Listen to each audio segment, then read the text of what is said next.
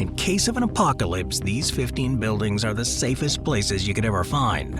They're built to survive the end of the world. So for today's video, we're going to take a look at 15 buildings that are designed to survive the apocalypse. Number 15. The Survival Condo Project. The Survival Condo Project in Kansas is one of the most high-profile examples of a Cold War military structure repurposed into luxury survival housing. It's located at a decommissioned Atlas F missile silo built in the 1960s, and it was originally designed to withstand a direct nuclear strike. Developer Larry Hall purchased the silo in 2008 and transformed it into a series of high-end condominiums equipped to support long-term survival for people. The original military construction provided the foundations for the resilience, and it extends nearly 200 feet underground and features walls up to 9 feet thick made of reinforced concrete capable of withstanding a 20-kiloton nuclear blast. Then there's the blast doors. They weigh several tons each to secure the entrances, and the entire facility is self-contained with redundant power, water, and air filtration. Inside, it's been transformed into a vertical community with multiple private residences, each occupying one or more floors. Units include modern kitchens, living rooms, and bedrooms with custom finishes available. Beyond the individual apartments, though, it includes communal amenities like a swimming pool, a gym, movie theater, library, medical clinic, and hydroponic farms. That hydroponic system is combined with water purification and storage, which enables the survival condo to operate autonomously for months or maybe even years. It is designed to shelter approximately 70 people in comfort, which is a contrast to Spartan military fallout shelters.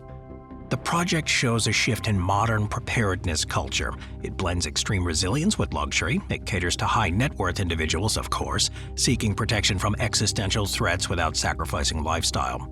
Now, while the cost of the units, often exceeding $1 million, limits access, the project does show a growing market for high-end survival real estate. In addition to the Kansas facility, similar projects have been proposed or constructed in other missile silos across the U.S.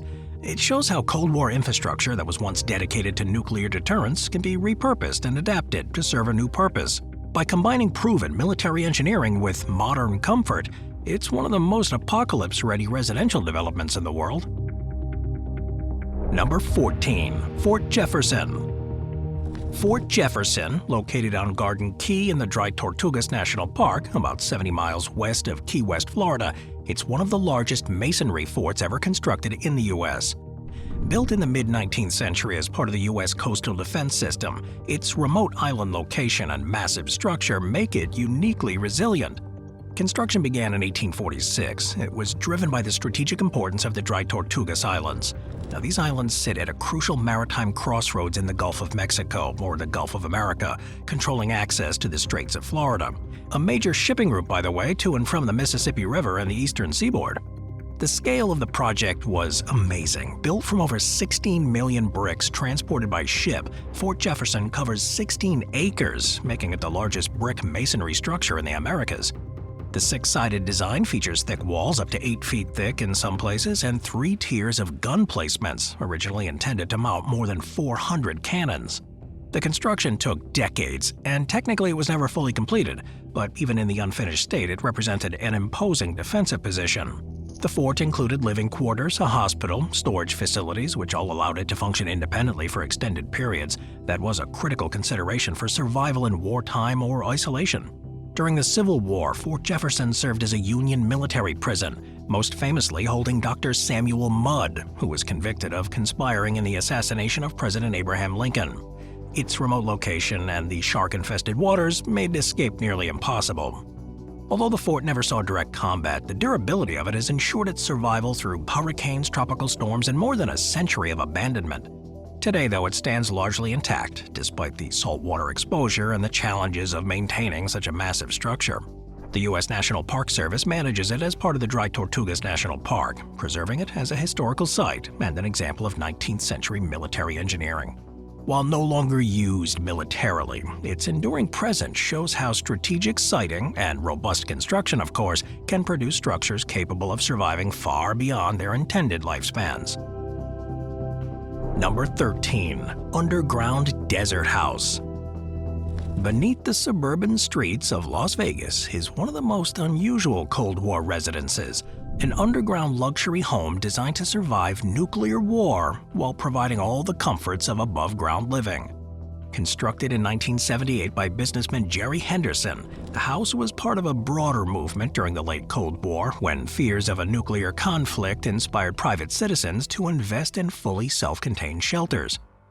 Now, it sits about 25 feet underground and was engineered to withstand nuclear fallout and a prolonged isolation. Unlike conventional bunkers, this residence was designed to maintain a sense of normalcy during an extended stay. It's about 15,000 square foot of subterranean space and includes a 5,000 square foot main home, guest house, swimming pool, spa, and artificial yard, complete with painted murals of mountains and sky. Structurally, the house used reinforced concrete and steel to resist the external blast and seismic shock, and the underground location provides natural insulation, maintaining a stable temperature year-round while reducing energy need for climate control. The interior, of course, reflects the late 1970s design, complete with wood paneling, plush carpets, and period furniture. Gotta see some orange and brown in there. Despite its age, though, the layout demonstrates some advanced planning for long-term sheltering. Amenities like the underground pool and barbecue area were not merely for luxury, they were intended to sustain morale during potentially prolonged confinement. While originally a private residence, the house has changed hands several times and has drawn attention for its preservation of Cold War-era survivalist architecture. And in recent years, it's been maintained as a historical curiosity. It remains one of the most elaborate private survival homes ever constructed. Its combination of hardened engineering, self-sufficiency, and psychological considerations like the artificial scenery and recreation set it apart from purely utilitarian bunkers. It is a tangible relic of an era when personal survival planning reached extraordinary levels of ambition. Number 12. The Martell Towers. The Martell Towers are scattered along the coastline of Guernsey and the Channel Islands, and are small yet formidable defense structures built during the late 18th and 19th centuries. They originally inspired the Round Tower at Martell Point in Corsica, which effectively resisted British naval attacks in 1794. This Martello design was adopted across the British Empire for coastal defense against French invasion. Guernsey, strategically located in the English Channel just off the coast of France, was really vulnerable during this period. To strengthen its defenses, the British constructed 15 Martell Towers around the island between 1804 and 1812. These squat, circular towers were built from thick masonry, typically 8 to 12 feet thick at the base, and they stood about 40 feet high. Each tower was designed to house a small garrison, typically around 20 men, and mounted a single heavy artillery piece, usually a 24-pounder cannon or something similar, on a rotating platform up in the top of the roof. The internal layout was simple, yet effective. The ground floor stored supplies and ammunition, while the upper floor served as barracks, and a single entrance raised above ground level was accessed by ladder or removable staircase, made the towers easy to defend even if surrounded. During their active use, the towers played a deterrent role rather than engaging in any direct combat. Their presence reinforced the island's defenses, complementing larger forts and batteries. And although the military technology eventually rendered them obsolete, the towers remained important to the Victorian era and were later repurposed during World War II when German forces occupied the Channel Islands. Their occupying forces adopted some of the towers for observation and defensive positions, which recognized their enduring utility.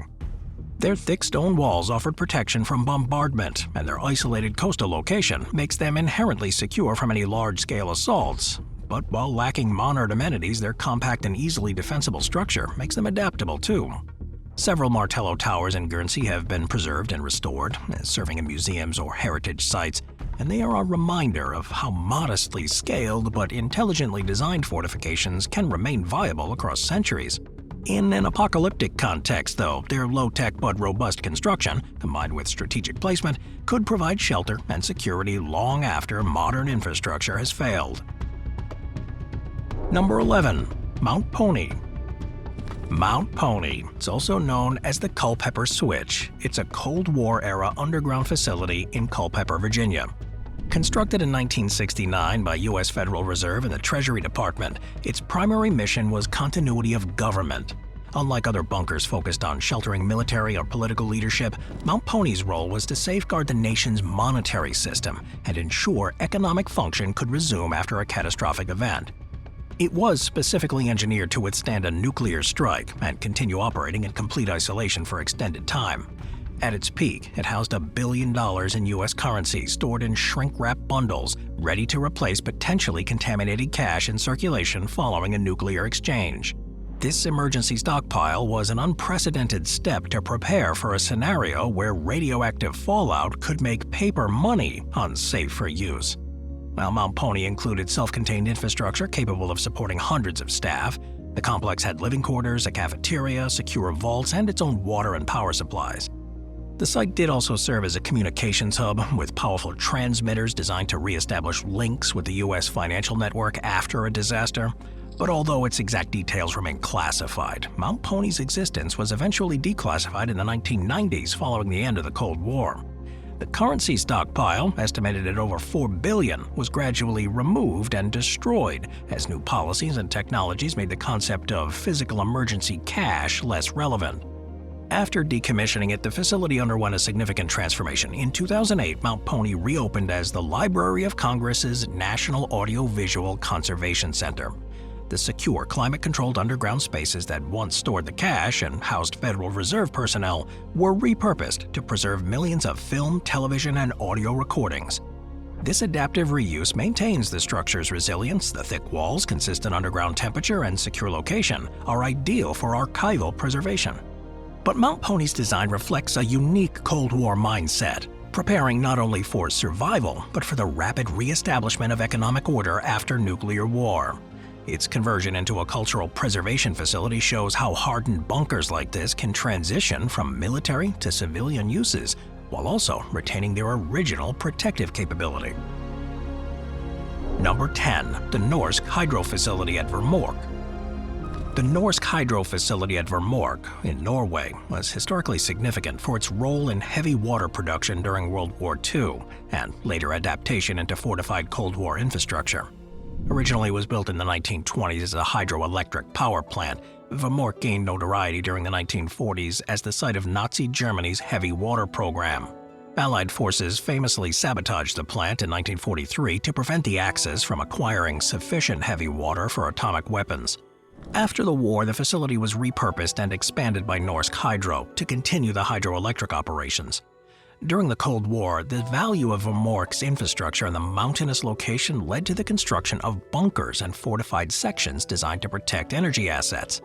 The fortified areas serve multiple roles: security and storage of heavy water, protection for personnel, and continuity of operations in the event of a conflict. Norway's position within NATO and its proximity to the Soviet Union made these facilities critical to Western defense planning. Though the heavy water production stopped in the 1980s, the site's Cold War bunkers do remain a testament to Norway's defensive posture during one of the tensest periods in modern history. Visitors here can tour sections about the hydro plant, learn about its role in global nuclear energy, though the deepest bunkers and some Cold War modifications remain off-limits. In an apocalyptic scenario like a nuclear war or large-scale conventional conflict, its bunkers were designed to ensure that Norway retained critical energy capability. This site exemplifies how existing facilities were adapted for survival rather than built anew. Unlike purpose-built doomsday bunkers, Vemork's evolved over decades, integrating the Cold War security measures into an older hydroelectric plant. That layered history makes it one of the most distinctive apocalypse-resistant sites in Europe, where wartime sabotage, nuclear research, and Cold War fortification intersect in a single facility. Number 9. Habitat 67. Habitat 67, located in Montreal, Quebec, is an iconic architectural complex originally constructed for the Expo 67, the World's Fair held in 1967. While best known for its modular design, several of the concrete apartment units were engineered with civil defense in mind, offering an inherent resilience against disaster. Designed by architect Moshe Safdie, Habitat 67 was conceived as an experimental model for affordable and high-density urban housing. The structure is composed of 354 prefabricated concrete modules that are stacked in various configurations to form 146 residences. Each unit is a reinforced concrete box with walls thick enough to provide a degree of blast and radiation protection well beyond typical residential buildings of the era. And although it was built not as a dedicated bunker, the reinforced concrete and interconnected layout reflect the architectural principles aligned with fallout resistance. During the 60s, Canadian civil defense authorities promoted the use of thick concrete structures to protect against radiation from a nuclear fallout, and the construction here inadvertently aligned with those recommendations. And the building's location along the St. Lawrence River was chosen for Expo 67 rather than defensive purposes, but the semi-isolated site on the peninsula added an element of security. The use of exposed concrete and minimal reliance on external cladding, the lack of large, fragile windows all contributed to its durability against extreme weather and other hazards. In the decades since Expo 67, it's transitioned from a futuristic housing experiment to a highly sought-after residential complex and landmark.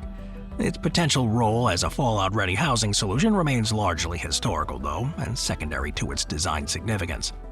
Today, it's recognized as a heritage site, and it continues to be inhabited, with many units privately owned. And while not marketed for survival purposes, it does remain an example of how mid-century architectural experimentation produced structures far more robust than conventional housing. Number 8. Earth-sheltered dome homes. In Henniker, New Hampshire, a series of earth-sheltered dome homes, that's fun to say, represents a unique approach to resilient architecture.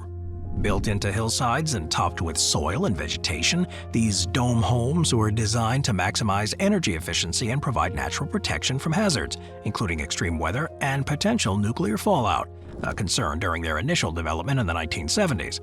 The dome homes are reinforced concrete shells covered with layers of earth, creating a thermal mass that moderates the internal temps. And this design reduces heating and cooling needs while also providing shielding from radiation and blast effects. In the event of an apocalyptic scenario like a nuclear war or severe natural disaster, the earth-sheltered design offers inherent advantages: protection from flying debris, reduced visibility to outsiders, which is nice, and structural stability under heavy loads.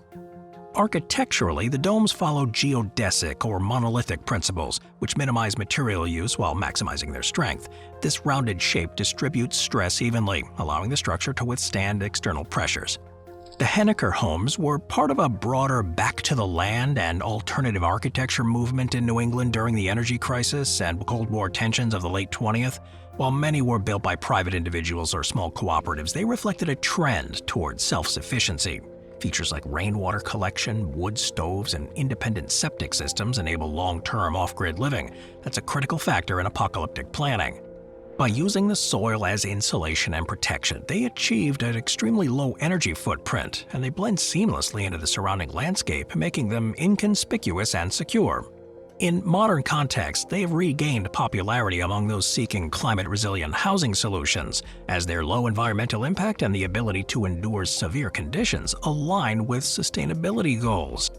Though relatively obscure compared to the high-profile survival bunkers, the Henniker dome homes show how small-scale affordable designs can rival large government or commercial shelters in protective capability. Moving on to number 7, Vivos Xpoint. So Vivos Xpoint, it's one of the largest private underground shelter networks in the world. It's located in the Black Hills region of South Dakota. Originally, it was constructed by the U.S. Army as the Black Hills Ordnance Depot during World War II. The site contained about 575 concrete and steel bunkers used to store munitions. After the depot closed in the 1960s, the land was acquired by the Vivos Group, a company that repurposes facilities into civilian shelters. The existing bunkers, built to military standards, are spread across roughly 18 square miles of land. Each is semi-buried under earth berms to protect from blast and radiation and features reinforced concrete walls. They're retrofitted with modern amenities including power, plumbing, ventilation, and living space.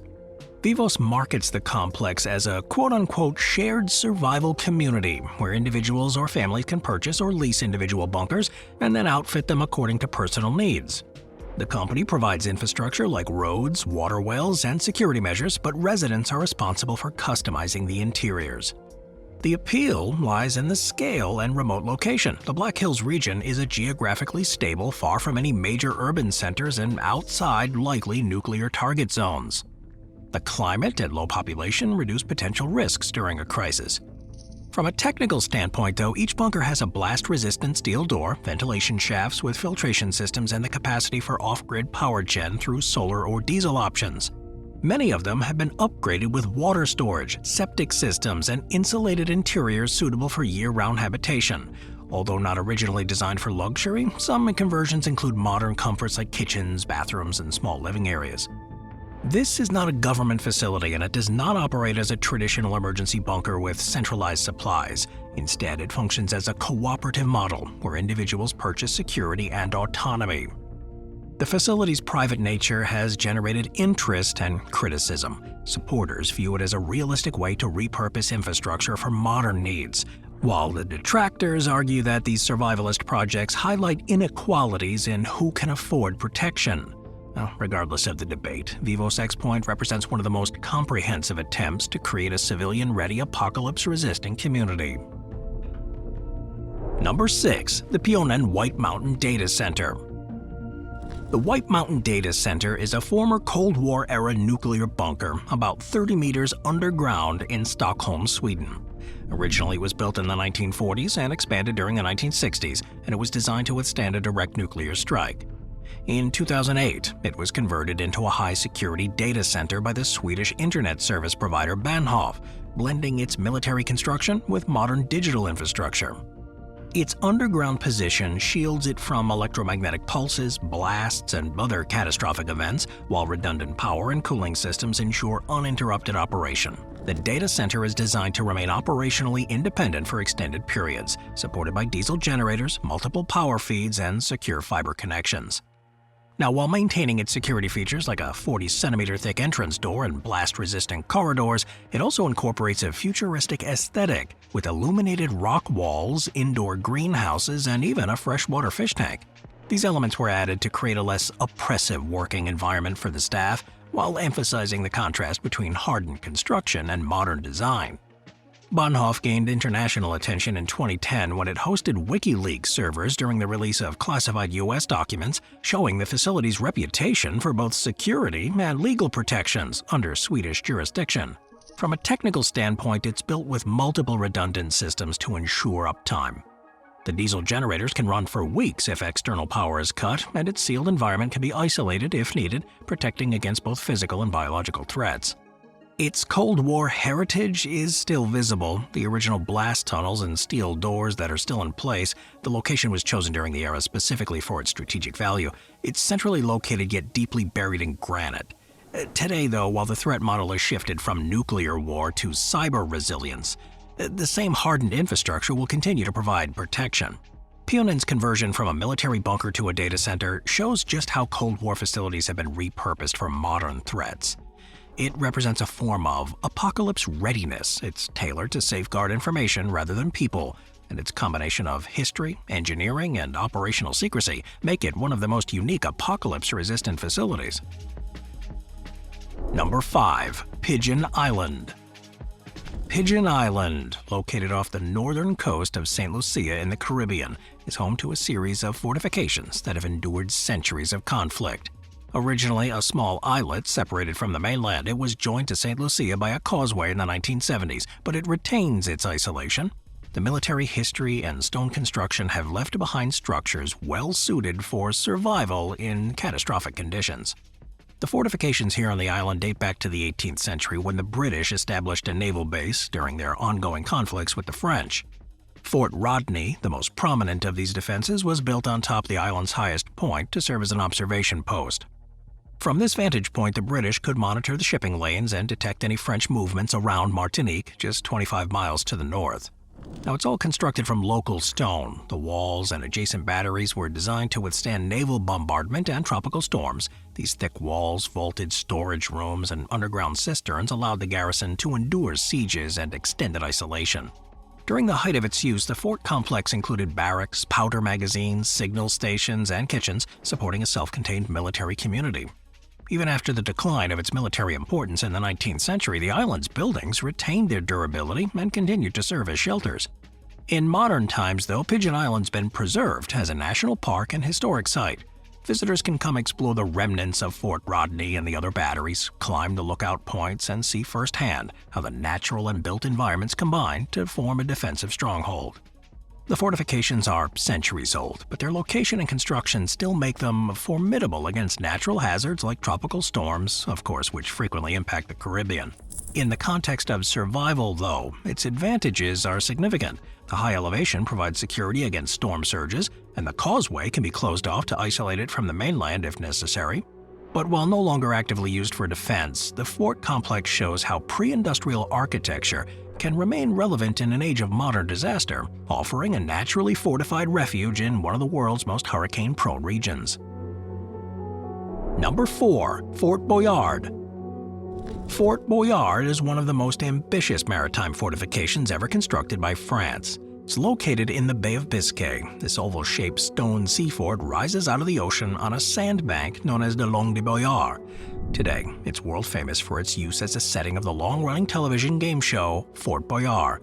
The structure's original purpose was deeply rooted in national defense, and its design embodies principles of endurance that make it uniquely suited to survive catastrophic events. The origins of it trace it back to the late 17th century during the reign of King Louis XIV. At the time, the French coastline was home to one of the most important naval arsenals in the country. The river estuary leading to Rochefort was vulnerable to British attacks, and a fort on the Bayard sandbank was proposed to protect this route.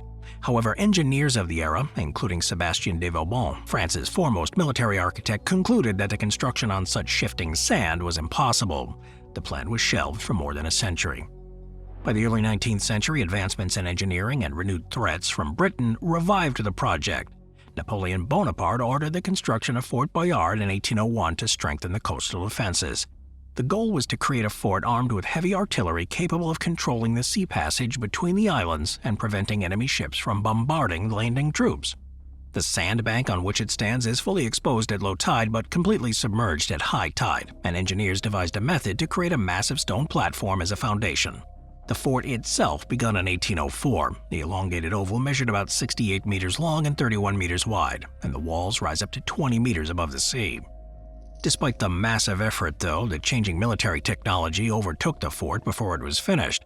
By the time construction resumed under King Louis Philippe in the 1830s and was finally completed in 1857, advancements in naval artillery and steam-powered ships had rendered static sea forts less effective. The fort's endurance over more than 150 years in one of Europe's harshest maritime environments is an example of its great engineering. It's constantly battered by salt spray and high tides, and the fort's stone walls have required little structural reinforcement beyond maintenance. From a survival perspective, it has several attributes that would make it valuable in any apocalyptic context. The isolation, accessible only by boat or helicopter, provides inherent security. The interior, with multiple levels and enclosed spaces, could be repurposed for storage, living quarters, and defensive positions. While it lacks fresh water, rainwater catchment systems could be installed and nearby islands could serve as supply points. Today, it's preserved as a historical monument under French law. Though not open to the general public due to safety concerns, it remains a landmark in the Bay of Biscay. It stands as both a relic of Napoleonic ambition and an enduring example of sea-based fortifications, uniquely suited to endure long after the purposes for which it was built have faded. Number 3. The Opedom. The Opedom, located in the Czech countryside near the border with Germany, is widely recognized as the largest private underground survival shelter in the world. It was conceived during the Cold War, of course it was, as a joint project between Czechoslovakia and the Soviet Union. It was originally intended to protect political and military leadership. In the decades since its declassification, it's been redeveloped into a luxury survival complex marketed to ultra-wealthy clients seeking protection against catastrophic events. The original structure was made in the 1980s during a period of heightened nuclear tensions in Europe.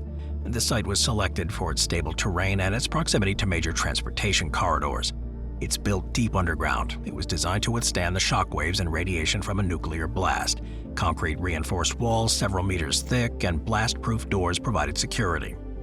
After the Cold War ended, it was decommissioned, and it remained dormant for years until an entrepreneur acquired it and redeveloped it for civilian use in the 2010s.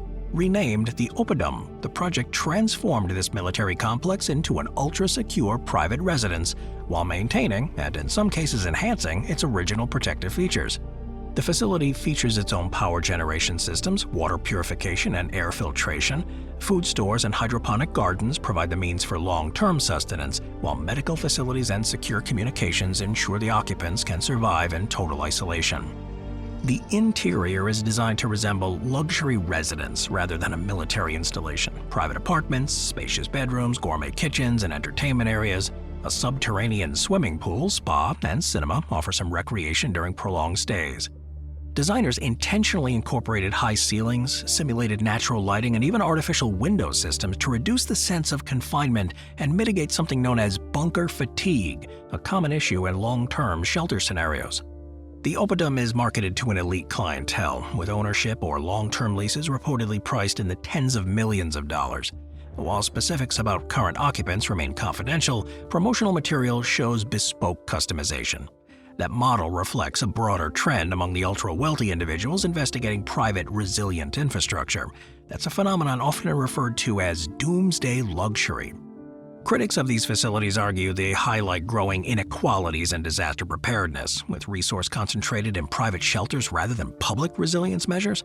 Supporters counter that projects repurpose Cold War infrastructure that would otherwise remain abandoned, while advancing innovations in secure construction and self-sustaining design. As of 2025, the Opedom continues to be operational and maintained as a fully equipped survival complex. Its exact capacity is not publicly disclosed, but estimates suggest it can house dozens of people for months or even years. It's attracted renewed attention as both a symbol of preparedness and a glimpse into how some envision surviving potential future catastrophes. Number 2. The Grain Tower Battery.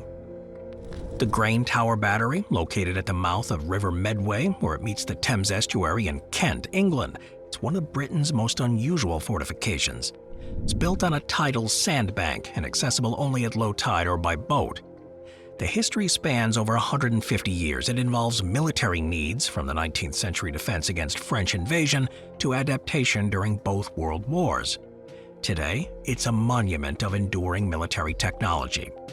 The construction of the Tower Battery began in 1848 amid rising tensions between Britain and France. The Royal Commission on the Defense of the United Kingdom recommended a series of coastal forts to protect key naval installations. The Medway and Thames estuaries were of particular strategic import, serving as gateways to London and the Royal Dockyards at Chatham.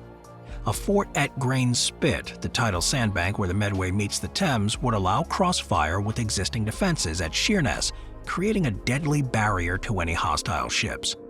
The design was directly inspired by those Martell Towers we talked about, built earlier in the century, squat, circular forts with thick masonry walls, but scaled up to accommodate heavier armaments. The tower was constructed of brick and granite on a circular plan roughly 60 feet in diameter, with walls up to 12 feet thick at the base. Foundations were laid on timber piles driven into the sand overlaid with stone and concrete to resist scouring by the tides, and the fort was completed in 1855. It created one of the most isolated defensive outposts in the country. Initially armed with 32-pounder smoothbore guns, the Tower Battery was upgraded repeatedly over the following decades as technology advanced. By the late 19th century, rifle muzzle-loading guns and later breech-loading guns replaced the original armament, significantly increasing their range and accuracy. During World War I, the tower was modernized with quick-firing guns to defend against fast-moving torpedo boats. World War II brought even more extensive changes. A concrete blockhouse and searchlight positions were added. But despite the upgrades, the isolation and limited capacity here meant it played a supporting rather than central role. After the war, the Grain Tower Battery was decommissioned and left to the elements. The location and tidal isolation made reuse impractical. However, the same qualities that rendered it obsolete for modern warfare have preserved it as a time capsule of 19th and 20th century military architecture. Now, from a survival standpoint, the battery possesses significant advantages. The tidal moat created by surrounding waters offers a natural defense against intruders, while the rooftop provides a commanding vantage point over the estuary. In recent decades, the Tower Battery has attracted urban explorers and photographers and occasional private buyers intrigued by this unique setting. It's been listed for sale multiple times, and it's often described as Britain's most unusual property, a literal fortress in the sea. Ultimately, though, it represents a convergence of military history and architecture, built for specific defensive needs that have long since passed. In an era of increasingly complex threats, from climate disasters to societal instability, this forgotten sea fort offers a reminder that simple principles, thick walls, strategic location, and self-sufficiency can provide lasting security, even in the most extreme circumstances. Number 1. The Eleay Hunting Lodge. The Eleay Hunting Lodge is one of the most isolated buildings in the world. It's located on a small, uninhabited island in an archipelago off the southern coast of Iceland. The island is a grassy, steep-sided volcanic outcrop with no permanent residents, no harbor, and no easy access other than boat or by helicopter.